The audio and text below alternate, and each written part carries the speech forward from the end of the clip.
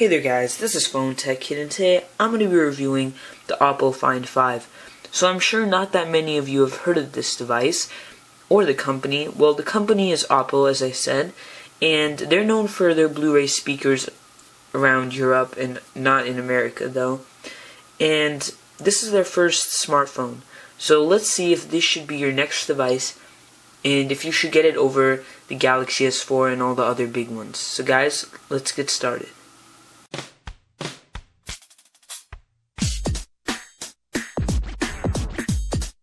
Okay guys, so when we look at the device, it is very, very thin, and actually it's not as thin as the S4, but you get kind of a better feel when you're holding it in your hand, and it's just the great amount of thickness and weight that I think is ideal for a smartphone. So on the top of the phone we get our 3.5mm headphone jack. On the left hand side we get our power button and we get our SIM card slot, and so this actually takes a little time to get used to, of pressing the power button on the left instead of having it on the right or the top of the phone. The right side doesn't have that much going on, as you only get the volume rocker there, and that's about it for the right side. On the bottom you do get your USB port, and again that's all that it is on the bottom. On the front we do get our three buttons right here. We have our menu button, our home button, and our back button, and these are actually buttons. They're not on-screen buttons, so it's just that it's so black and so is the screen that you can't even tell that it is not part of the screen. On the back we get our 13 megapixel camera, our dual flash, and our normal Oppo logo. And at the bottom we have our speakers. On the Oppo Find 5 you get a 5-inch 1080p 1920 display, so that means full HD, and it's actually 441 ppi, so that's great amount of quality. And this is a 5-inch display, so it's around the size of the Galaxy S4, and so it's not too big or too small. They use Corning Gorilla Glass 2, so that means it is really scratch resistant, so if you were to scratch this device you wouldn't be able to, so you could take keys and rub it on it and it shouldn't scratch. And so they do use an IPS LCD display, so yeah, as you can see it looks really, really nice. So when it comes to processor wise, you are getting a hell of a beast for a phone.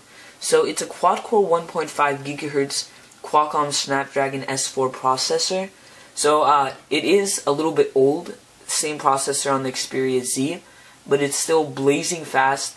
And I've noticed actually when I installed stock Android on it, as you can see right now, it actually is faster than my Galaxy S4. And I think that's saying a huge thing.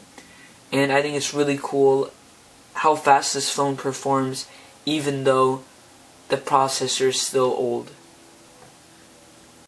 When you first buy the device, it will be running a kind of a MIUI version of Android. So it will be Android 4.1.2, and as I said, it looks a lot like MIUI. So it's actually really easy to root and install recoveries on the Oppo Find 5, and I'll have links down below for you to check out how to do that. And I think you should highly suggest doing that, as I wasn't a huge fan of the operating system that they threw on there. So I switched to CyanogenMod actually, and it seems to be really, really fast. So I highly suggest rooting and installing recoveries, as I don't prefer the operating system that comes installed. The operating system that does come installed, Oppo updates it every 2 weeks.